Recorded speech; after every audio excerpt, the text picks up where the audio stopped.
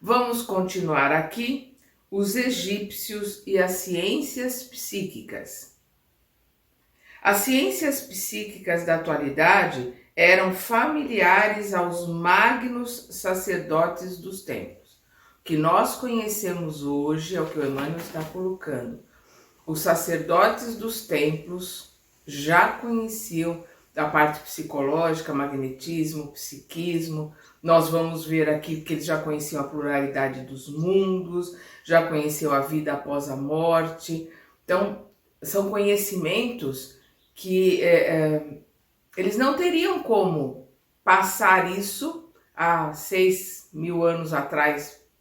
Não teria como, a não ser para aqueles que eram também do grupo dos egípcios, que já tinham condições para entender, né? Todo esse conhecimento que eles trouxeram com eles. O destino e a comunicação dos mortos e a pluralidade das existências e dos mundos eram para eles problemas solucionados e conhecidos, né? O caminhar, a reencarnação, a necessidade de aprender, as existências do mundo espiritual em vários setores, em vários níveis. O estudo de suas artes pictóricas, quer dizer, das suas pinturas, positivam a veracidade dessas nossas afirmações. Então, pelos hieróglifos e por essas pinturas que mostram como um duplo, né? Mostram o perispírito, mostram ali esse conhecimento que eles tinham, que o perispírito é que forma o corpo, esse conhecimento que eles têm da necessidade de se ficar preso, né? De se ficar preso nesse corpo para poder crescer, para poder melhorar, através de várias reencarnações. Isso é muito interessante. Num grande número de frescos, né, de pinturas, apresentam-se o homem terrestre acompanhado do seu duplo espiritual. Os papiros nos falam de suas avançadas ciências nesses sentidos, né, os hieróglifos que eles deixaram escritos. E através deles podem os egiptólogos modernos reconhecer que os iniciados sabiam da existência do corpo espiritual pré-existente que organiza o mundo das coisas e das formas. Então, os iniciados já conheciam o perispírito, o perispírito que forma o corpo que vai vir, a vida após a morte, né? A mediunidade não com esse nome, mas essa comunicação com os desencarnados já aconteciam. As sessões mediúnicas com outro nome, de outra forma, mas já aconteciam no Egito Antigo. Seus conhecimentos a respeito das energias solares com relação ao magnetismo humano eram muito superiores aos da atualidade. Olha que interessante que o Emmanuel coloca aqui. Ele não está colocando que eram superiores, né, algum tempo atrás, não. Ele está colocando que o que eles conheciam, né, há 5.000 anos antes de Cristo, que eles trouxeram com eles, é superior ao que nós conhecemos hoje. Nós ainda temos coisas para aprender que os egípcios já sabiam e que deixaram para que a gente tenha mais para frente, talvez, condições de entender as informações que eles deixaram para a gente. Desses conhecimentos nasceram os processos de mumificação dos corpos, cujas fórmulas se perderam na indiferença e na inquietação dos outros povos. Quer dizer, mesmo que eles ensinassem para alguns a indiferença, eles não tinham interesse por aquilo, eles não tinham interesse para a vida depois da morte, não tinham interesse de entender como é que era o plano espiritual, que é no plano espiritual que é a verdadeira vida, eles não tinham interesse a isso. Então, o que ele está colocando? Se perderam na indiferença e na inquietação dos outros povos. Inquietação pela materialidade, pelo poder, pela guerra, por coisas, por materialidade, coisas que já não interessavam aos egípcios iniciados, né? Os egípcios que tinham este conhecimento. Vamos lembrar também que o nome egípcio foi dado pelos hebreus, era o povo de Quem, né? Era o povo vermelho. Os hebreus que deram o nome de Egito, que era o lugar do cativeiro, ou o lugar da escravização, mais ou menos isso que é colocado. Seus reis estavam tocados do mais alto grau de iniciação, enfeixando nas mãos, quer dizer, tendo nas mãos, né, guardando nas mãos, todos os poderes espirituais e todos os conhecimentos sagrados. Então, quem leu Akenaton, não sei como é que pronuncia o certo, nós vamos ver que o que ele fez foi trazer esse conhecimento que o faraó, né, os reis egípcios tinham por serem iniciados, ele quis trazer para o povo, né, que era o que nós estávamos falando na semana passada, no nosso estudo passado, que esotérico com S para dentro e esotérico com X para fora. Então ele quis trazer para fora, né, para o esoterismo de fora, para aquilo que estava sendo iniciado, ensinado para o povo, ele quis trazer um pouco do conhecimento que existia no esoterismo de dentro, né, no esoterismo verdadeiro, que é aquele que ele, como faraó, conhecia. É por isso que a sua desencarnação, a desencarnação desses reis, né, desses faraós, provocava a concentração mágica de todas as vontades, no sentido de cercar-lhes o túmulo de veneração e de supremo respeito. É o conhecimento das energias, é o conhecimento da manipulação do magnetismo, a manipulação dessas energias. Nós vamos ver num dos livros do André Luiz, me fugiu o nome agora, que ele entra numa igreja e ele vai ver naqueles nichos, né, onde estão os santos, ele vai ver uma luz que emana daqueles nichos. Aí o mentor explica para ele que são as energias que ficam acumuladas ali da fé, da esperança, as energias das pessoas que ao longo dos tempos naquela igreja, que é uma igreja muito antiga, oraram ali para aquela estátua de mármore, para aquela estátua de gesso, a grande maioria são estátuas de madeira ou estátuas de gesso, mas as energias ficaram impregnadas, então elas resplandecem essa energia.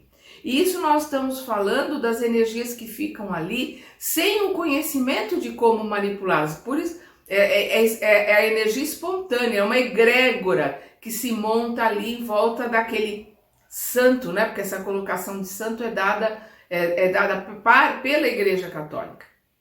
Então, o que ele está colocando aqui?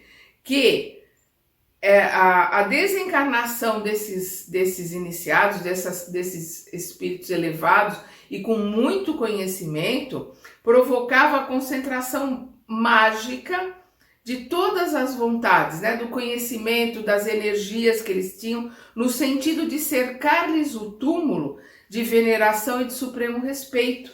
Esse amor não se traduzia apenas nos atos solenes da mumificação. Não era só através da preservação ali da matéria, né, e por exemplo, o coração ficava, porque o coração ia ser pesado, eu coloquei isso no nosso estudo passado, né? Era colocado uma pena e colocado o coração leve, aquele espírito poderia passar, não precisaria voltar para reencarnar na Terra. Aqueles que o coração estava ainda com peso, precisariam voltar e reencarnar na Terra para continuar o seu aprendizado. Então, o que ele está dizendo? Não só a mumificação era feita com esmero, com amor e com aplicação de conhecimentos magnéticos e energéticos, né? Também, ele continua aqui, também o ambiente dos túmulos era santificado por um estranho magnetismo. Os grandes diretores da raça que faziam jus a semelhantes consagrações eram considerados dignos de toda a paz no silêncio da morte.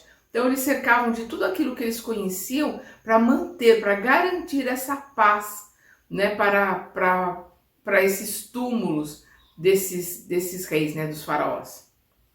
Nessas saturações magnéticas que ainda aí estão a desafiar milênios, porque ainda hoje são encontrados lugares em que a energia, o que acontece com eles, o que acontece com aqueles que entram, é um mistério, né? Então, o que ele está dizendo aqui, Emmanuel está ratificando aqui.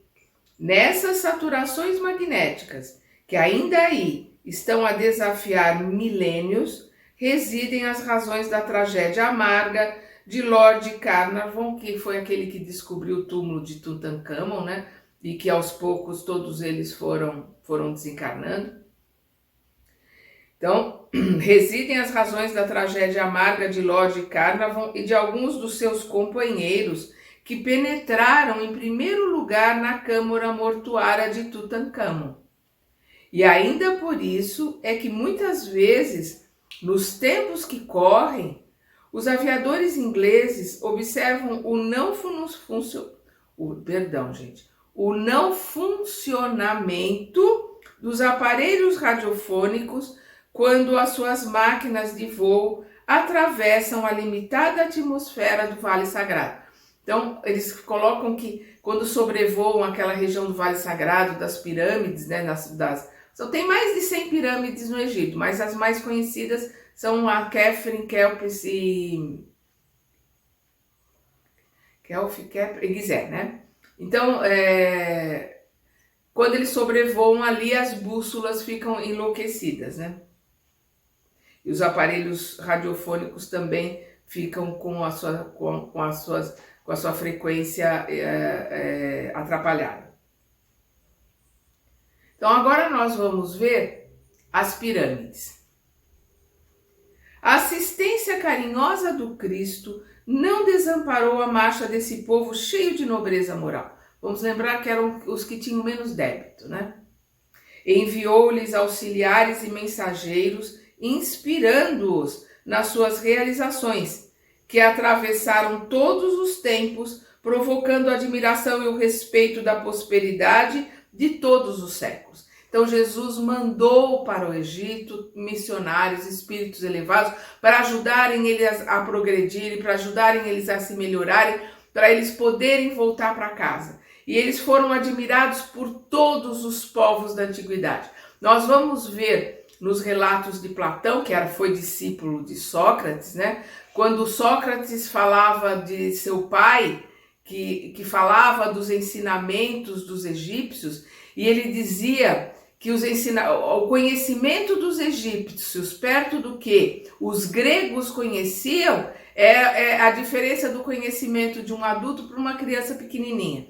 Eles eram crianças ali na Grécia, perto do conhecimento que os egípcios tinham. Então eles eram admirados por todos os povos da antiguidade, que nós comentamos no nosso estudo passado. Muitos iam tentar suas iniciações para aprender alguma coisa lá. Aquelas almas exiladas, que as mais interessantes características espirituais singularizam, conheceram em tempo que seu degredo na Terra atingiu o fim. Então eles começaram a perceber que eles já estavam em condições, que eles já estavam melhorando, que eles já estavam superando os seus defeitos, né? Já estavam em condições deles, aquele grupo seleto. Nós não estamos falando do povo, né, de todo o povo, nós estamos falando dos iniciados, daquele grupo de iniciados, e é óbvio que teve todo aquele povo que também se dizia egípcio, né, o povo de Quem, ou o povo vermelho, mas que não tinham acesso, né, faziam parte do povo, faziam parte do politeísmo simbólico, como nós vimos no estudo passado. Porque os sacerdotes não acreditavam nesse politeísmo, eles colocaram isso para ser uma forma mais fácil de ensinar aquelas crianças. Então aqueles que eram iniciados perceberam que eles estariam terminando a sua jornada aqui no planeta Terra. Impulsionados pelas forças do alto, os círculos iniciáticos sugerem a construção das grandes pirâmides, que ficariam como a sua mensagem eterna para as futuras civilizações do orbe. Então, Emmanuel vem nos trazer aqui que eles construíram as pirâmides para deixar nas pirâmides um pouco do conhecimento deles, para que no futuro as civilizações tivessem já um conhecimento maior e pudessem, nesses, digamos assim, conhecimentos que estão escondidos ali nas pirâmides, pudessem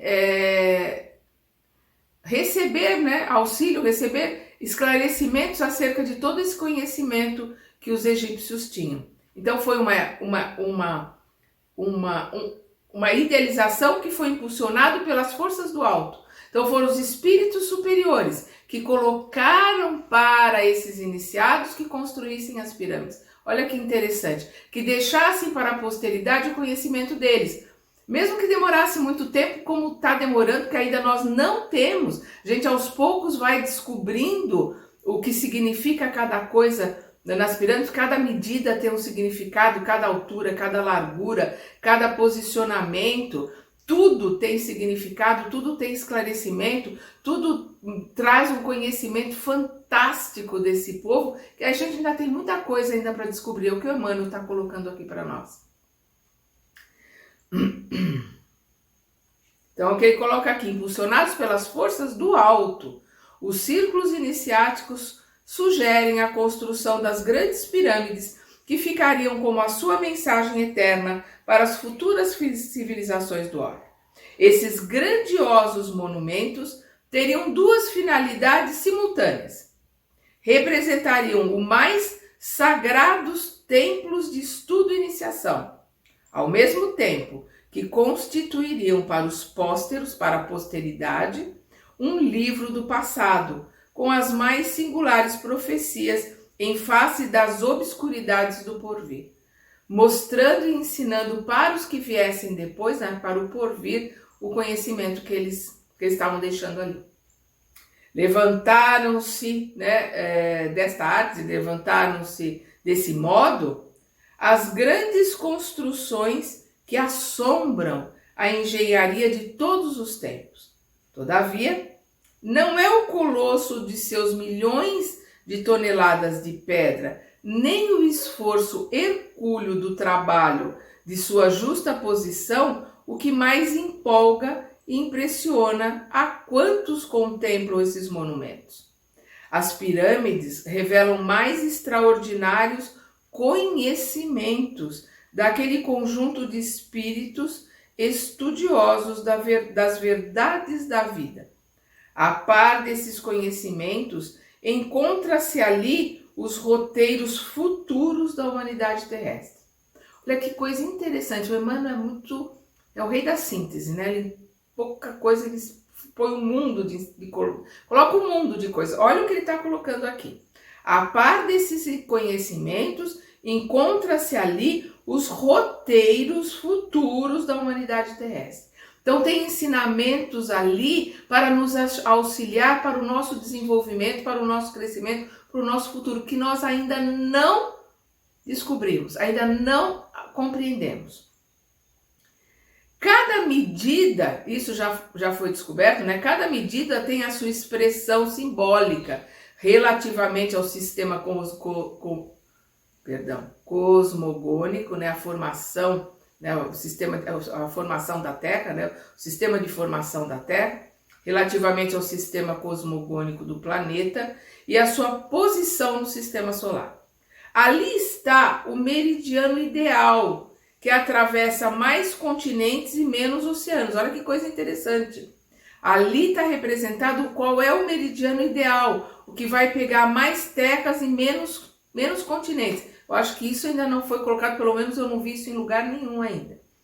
Vou repetir. Ali está o meridiano ideal, que atravessa mais continentes e menos oceanos, e através do qual se pode calcular a extensão das terras habitáveis pelo homem, a distância aproximada entre o Sol e a Terra, a longitude percorrida pelo globo terrestre sobre a sua órbita no espaço de um dia, a precessão dos equinócios, bem como muitas outras conquistas científicas que somente agora vêm sendo consolidadas pela moderna astronomia. Então nós vemos ali que além de um templo iniciático, eles deixaram todo o conhecimento deles e com o passar dos tempos, muitas das coisas que o Emmanuel está colocando aqui já foram colocadas, já estão aí filmadas, já estão aí representadas em todos os lugares, né? A distância, o perímetro da Terra, a distância da Terra à Lua, a distância da Terra ao Sol, né? A colocação da Terra junto aos outros planetas, tudo isso está simbolizado lá por medidas e por cálculos matemáticos e pela geometria chamada geometria sagrada, né? Que é a geometria desses iniciados. Vamos agora para a redenção. Depois dessa edificação extraordinária, os grandes iniciados do Egito voltam ao plano espiritual no curso incessante dos séculos. Eles voltam para a estrela da capela, né, para a constelação do cocheiro. Com o seu regresso aos mundos ditosos da capela, vão desaparecendo os conhecimentos sagrados dos templos tebanos, né? Vamos lembrar Tebas, né, a capital do Egito, Mênfis, o lugar dos sacerdotes, né? Então, é o que ele está colocando aqui. Com seu regresso aos mundos ditosos da capela, vão desaparecendo os conhecimentos sagrados dos templos tebanos, que por sua vez os receberam dos grandes sacerdotes de Mênfis. E aí nós vamos ver que algum desses conhecimentos foi para a Grécia, que nós vamos ver a cidade de Tebas e a cidade de Mênfis também na Grécia, que foram esses que saíram do Egito e que levaram algum conhecimento, levaram alguma coisa para a Grécia. Aos mistérios de Ísis e de Osíris sucedem os de Eleusis, naturalmente transformados nas iniciações da Grécia Antiga. Vamos entender aqui, nós vamos ver o Emmanuel, ele é muito sucinto, né? E Emmanuel está colocando pela segunda vez os mistérios de Ísis e de Osíris. Eleusis são os mistérios gregos, né? Da cidade de Eleusis que tinham os iniciados para a deusa Perséfone. Então, quer dizer, o que eles aprenderam com o Egito, eles levaram para Eleusis. Mas nós vamos ver que Emmanuel está repetindo aqui o mito, né, de Ísis e Osíris. E Emmanuel não faz nada sem que tenha um ponto muito forte. Por que ele está repetindo aqui?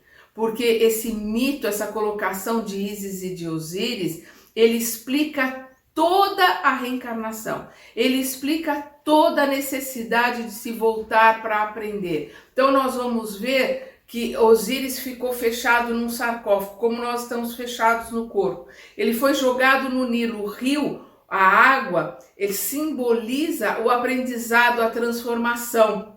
E aí ele é encontrado por Ísis, né, que o salva. Aí Sete, que é o irmão que o tinha aprendido e jogado no rio, o corta em 14 pedaços.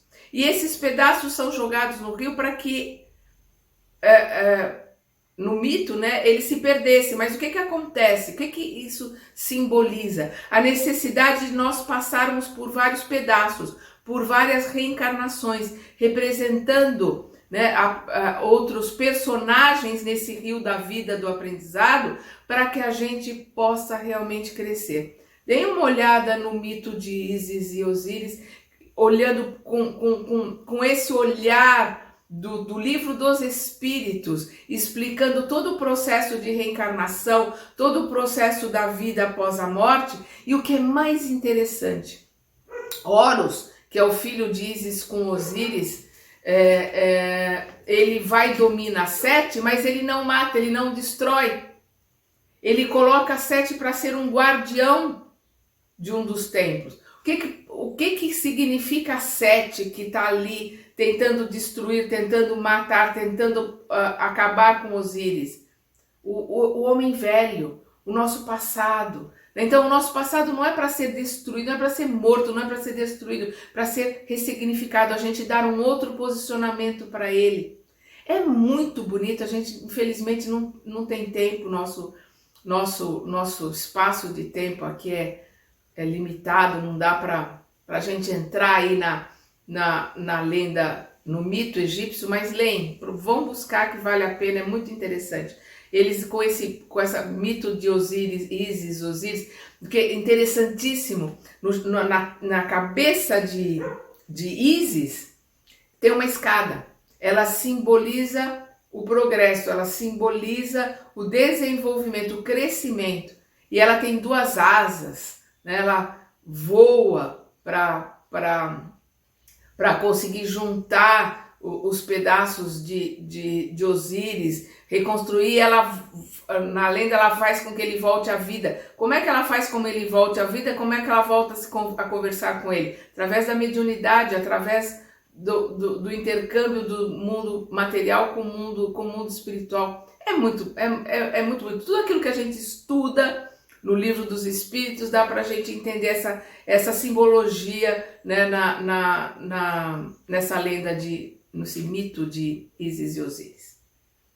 Então aqui, aos mistérios de Ísis e de Osíris sucederam-se os de Eleusis, né, naturalmente transformados nas iniciações da Grécia Antiga. Eleusis, onde tinha essa iniciação para os gregos. Em algumas centenas de anos, reuniram-se de novo nos planos espirituais os antigos degredados, com a sagrada bênção do Cristo, seu patrono e salvador. Então esses espíritos, depois de tanto tempo, né, de degredo, de exílio, se aprimoraram, se elevaram, se reencontraram de novo sobre as hostes do Cristo, que prometeu que iria ajudá-los e que ajudou, que mandou mensageiros. Então é o que ele está colocando aqui. Com a sagrada bênção do Cristo, seu patrono e salvador.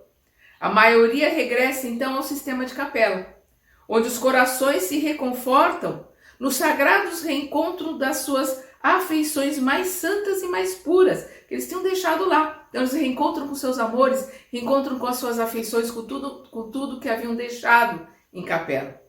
Mas grande número desses espíritos estudiosos e abnegados conservaram-se nas hostes de Jesus, obedecendo a sagrados imperativos do sentimento e ao seu influxo divino. Muitas vezes têm reencarnado na Terra para desempenho de generosas e abençoadas missões. Olha que coisa linda que o Emmanuel está colocando aqui. Muitos voltaram, encontraram com seus familiares, mas muitos resolveram ficar trabalhando para o Mestre. Muitos resolveram fazer parte das hostes do nosso Mestre amado, governador desse nosso planeta. E passaram a trabalhar, a auxiliar a todos nós aqui no planeta Terra. Então nós vemos que espíritos extremamente antigos, né, que abriram mão de continuarem a sua história para recomeçarem, para ajudarem o planeta, ajudarem um povo tão teimoso, um povo tão rebelde, um povo tão primitivo como somos nós aqui na Terra. Então a gente vê que nós estamos aqui há milênios e outros há muito mais tempo. Tem um